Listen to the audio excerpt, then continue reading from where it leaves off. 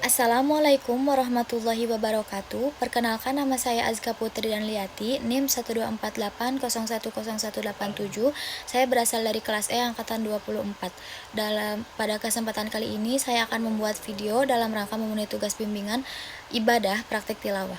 Baik, langsung saja. Secara etimologi, kata tajwid berasal dari bahasa Arab, yaitu jawada yujawidu tajwidan, yang artinya memperindah.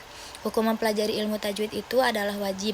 Tujuan mempelajari ilmu tajwid yaitu agar kita terbebas dari kesalahan dalam membaca Al-Quran, dan apabila membaca Al-Quran melenceng dari apa yang sudah diajarkan, maka makna dari ayat yang terkandung tersebut tidak akan sesuai lagi. Keutamaan mempelajari ilmu tajwid adalah dianugerahi pahala yang besar bersama para malaikat yang mulia. Bagi yang membaca Al-Quran masih terbata-bata, Allah akan memberikan 2 pahala baginya. Akan tetapi bagi orang yang belum mahir untuk membaca Al-Quran dan tidak mau belajar memperbaikinya, maka mereka lah yang dinamakan orang yang salah dan berdosa. Tingkatan dalam membaca Al-Quran itu ada 1, tartil, merupakan irama bacaan yang tidak cepat atau tenang dengan melafalkan setiap huruf, makhrijul huruf, sifat huruf, dan hukum bacaan yang baik dan benar. Lalu yang kedua ada tahqiq. Tahqiq merupakan bacaan seperti tartil tetapi lebih tenang dan perlahan. Cara seperti ini biasanya dilakukan sewaktu mengajarkan membaca dalam Al-Quran. Lalu yang ketiga ada hadar, merupakan irama yang cepat tapi tetap memperhatikan huruf bacaan tajwidnya. Ini biasanya dilakukan bagi yang sudah hafal Al-Quran untuk melatih hafalan setorannya. Yang terakhir ada tadwir, merupakan irama bacaan yang sedang atau pertengahan antara tingkatan bacaan hadar dengan tartil. Adapun adab dalam tilawah itu ada 1, suci badan, yang kedua mempunyai wudhu, yang ketiga dalam keadaan tempat yang bersih, dan yang keempat itu adalah khusyuk. Selanjutnya ada hukum istiazah dan basmalah. Istiazah merupakan perbuatan memohon perlindungan kepada Allah SWT dari gangguan makhluk lain, terutama syaitan. Bacaan istiazah tersebut yaitu a'udzubillahi minasyaitonirrajim, yang artinya aku berlindung kepada Allah dari godaan syaitan yang terkutuk. Lalu basmalah dilafalkan ketika seorang muslim melakukan sholat dan dianjurkan membaca setiap memulai kegiatan sehari-harinya. Cara membaca istiazah dan basmalah itu ada 4 cara, yaitu 1, putus semua, yang kedua disambung semua, yang ketiga disambung antara istiazah dengan basmalah, dan yang keempat disambung basmalah dengan awal surat. Hukum membaca basmalah pada surat At-Taubah menurut Imam Ibnu Hajar itu jika dibaca pada awal itu hukumnya haram, namun apabila dibaca di tengah surat hukumnya menjadi makruh. Tetapi menurut Imam Ar-Ramli, membaca basmalah pada awal surat At-Taubah itu hukumnya makruh, namun apabila dibaca di tengah surat hukumnya menjadi sunnah. Selanjutnya mengenal huruf hijaiyah. Huruf hijaiyah merupakan kumpulan huruf Arab yang berjumlah 29. Huruf-huruf ini dipakai pada masa sekarang. Lalu yang selanjutnya ada tanda baca dalam Al-Quran, yaitu 1, fathah berbunyi A, kasroh berbunyi I, doma berbunyi U, fathah tain berbunyi An, kasroh tain berbunyi In, doma tain berbunyi Un, ada sukun dibaca mati, dan tasydid dibaca masuk atau ditekankan. Adapun tempat keluarnya huruf atau makhrajul huruf. Makhrajul huruf secara bahasa artinya tempat keluar, sedangkan menurut istilah merupakan suatu nama tempat yang pada hurufnya dibentuk atau diucapkan. Ada 5 tempat yang merupakan letak makhraj dari setiap hurufnya. Yang pertama ada al-jauf, merupakan makhraj huruf yang terletak pada rongga mulut. Yang kedua ada al-haq, merupakan makhraj huruf yang terletak pada tenggorokan. Lalu yang ketiga ada alisan, tempat pada lidah. Yang keempat ada asyafatain, merupakan makhraj huruf yang terletak pada 2 bibir. Lalu yang kelima ada al-khaysyu, merupakan makhraj yang terletak pada pangkal hidung. Kemudian masuk ke hukum nun sukun dan tanwin. Ada 1, idhar halki, merupakan nun mati atau tanwin yang jelas dibaca tanpa ada suara dengung sama sekali. Huruf izhar itu ada 6, yaitu a, ha, ha, ain, goin, kho. Yang kedua ada idgham. Idgham memiliki 2 jenis utama, yaitu 1, idgham biguna, dan kedua idgham bilaguna. Idgham biguna merupakan hukum nun mati atau tanwin yang bertemu dengan salah satu huruf idgham biguna. Huruf idgham biguna sendiri itu ada 4, ya, nun, mim, dan waw. Yang kedua ada idgham bilaguna. Idgham bilaguna merupakan hukum nun mati atau tanwin yang bertemu dengan salah satu huruf idgham bilaguna. Hurufnya ada 2, yaitu lam dan ro. Yang ketiga ada iklab. Iklab merupakan pengganti bunyi bacaan nun mati atau tanwin menjadi mim apabila huruf sesudahnya merupakan huruf ba. Iklab ditandai dengan huruf mim kecil. Yang terus ada ikhfa hakiki, yaitu artinya samar. Hukum nun mati atau tanwin yang bertemu dengan salah satu huruf ikhfa. Hurufnya itu ada 15. Kemudian ada hukum mim sukun.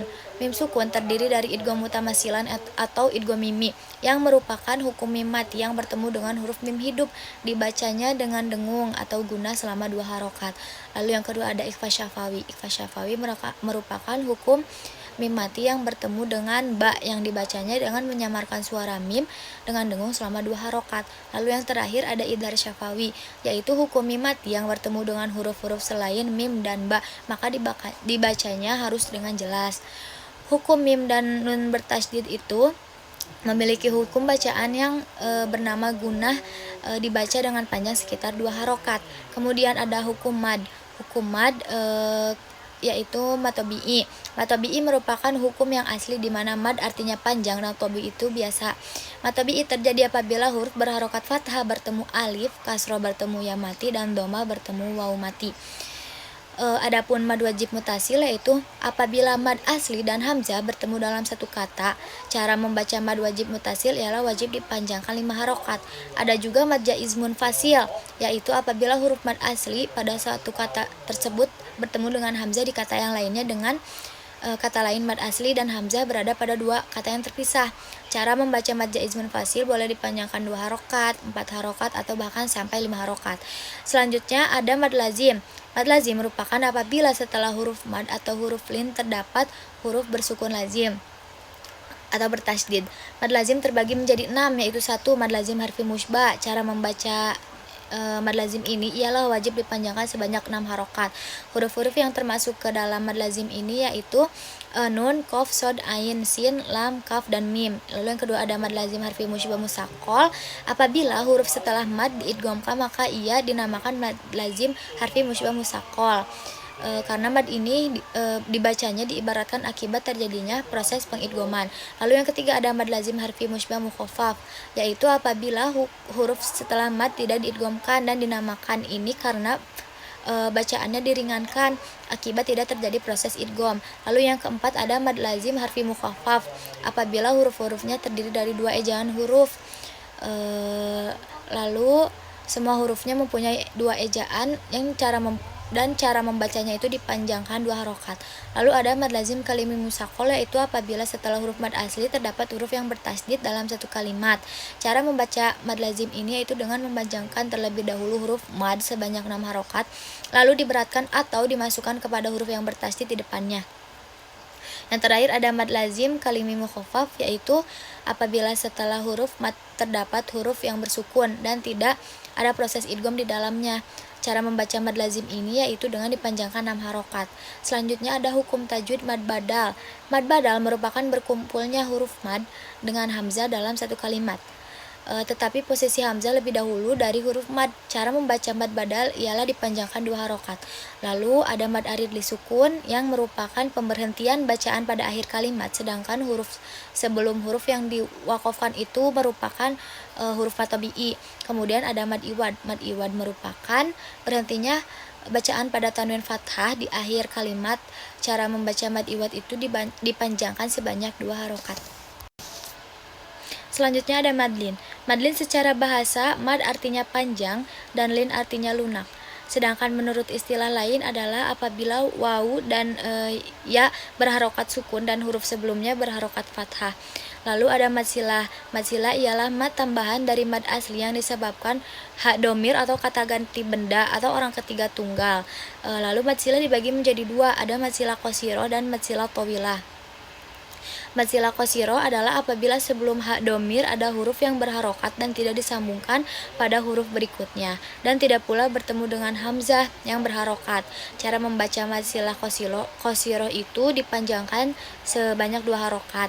Yang kedua ada mad silah tawilah, merupakan apabila setelah hak domir terdapat hamzah. Cara membaca mad silah tawilah ini yaitu dipanjangkan selama 5 harokat, baik hadomir tersebut berharokat domah maupun kasroh. Selanjutnya ada mad tamkin. Mad tamkin merupakan bertemunya 2 huruf ya dalam satu kata. Yang pertama berharokat kasroh dan bertasydid, sedangkan ya yang kedua berharokat sukun atau mati. Cara membaca mad tamkin yaitu dengan menetapkan bunyi tasydid pada huruf ya yang pertama. Selanjutnya ada hukum tajwid qalqalah. Qalqalah terbagi menjadi dua, yaitu qalqalah sugro atau qalqalah kecil, dan yang kedua ada qalqalah kubro atau qalqalah yang besar. Qalqalah sugro dikenal sebagai qalqalah kecil yang terjadi karena adanya huruf qalqalah yang dibaca sukun di tengah-tengah kalimat. Hurufnya dibacanya memantul. Lalu yang kedua ada qalqalah kubro, disebut sebagai qalqalah besar, terjadi karena adanya huruf qalqalah yang mati karena tanda waqaf atau tanda berhentinya di akhir kalimat. Dilihat berdasarkan kekuatan dan kejelasan suara pantulan, huruf-huruf qalqalah tersebut terbagi menjadi 3 kelompok. Yang paling tinggi yaitu paling kuat dan paling jelas suara pantulannya, hurufnya adalah to. Lalu yang kedua ada ausat, sedang, yaitu suara pantulan bersifat sedang atau pertengahan, hurufnya adalah jim. Yang ketiga ada adna, paling rendah, yaitu paling rendah suara pantulannya dibandingkan ausat dan yang lain, hurufnya yaitu kof, ba, dan dal. Yang selanjutnya ada hukum alif lam ta'rif, terbagi menjadi dua, yaitu alif lam qamariyah dan alif lam syamsiyah. Kalau alif lam qamariyah yaitu alif lam sukun bertemu dengan salah satu huruf qamariyah. Cara membaca ini yaitu jelas. Ciri-ciri alif lam qamariyah ada alif, lam, dan sukun. Yang kedua ada alif lam syamsiyah, merupakan lafaz dalam Al-Quran yang terdapat huruf alif lam nanti bertemu dengan salah satu huruf syamsiyah. Ciri-ciri alif lam syamsiyah itu ada alif, lam, dan tasydid. Kemudian ada pula tanda-tanda waqaf, yaitu yang satu waqaf lazim, artinya harus berhenti. Lalu yang kedua ada waqaf lawasol, yaitu ditandai dengan lam alif kecil, artinya tidak boleh berhenti. Lalu yang ketiga ada tanda waqaf yang artinya diutamakan untuk melanjutkan. Lalu yang keempat ada waqaf muraqobah yang artinya berhenti di salah satu tanda. Lalu yang kelima ada waqaf jaiz, artinya boleh berhenti atau boleh dilanjutkan. Lalu yang keenam ada waqaf waqfu aula yang artinya diutamakan berhenti. Selanjutnya ada tanda waqaf saktah, berarti berhenti sejenak tanpa bernafas. Selanjutnya ada waqaf mutlak, artinya harus berhenti. Selanjutnya ada waqaf muraqqas yang artinya tidak berhenti. Lalu yang selanjutnya ada waqaf qobi, artinya diutamakan untuk melanjutkan. Selanjutnya ada waqaf mujawaz, diutamakan untuk melanjutkan. Lalu ada waqaf ghazali, sama dengan waqaf sebelumnya. Yang terakhir ada waqaf mustahab, berarti diutamakan untuk berhenti. Waqaf merupakan perlakuan menghentikan bacaan di akhir ayat atau pada tempat yang ditentukan dalam bacaan Al-Quran. Tujuan dari waqaf ini adalah untuk memberi jeda atau istirahat pada bacaan, sehingga memungkinkan pembaca untuk memahami dan merenungkan makna dari ayat-ayat yang dibacanya. Mungkin sekian yang dapat saya sampaikan. Mohon maaf apabila banyak kesalahan. Wassalamualaikum warahmatullahi wabarakatuh.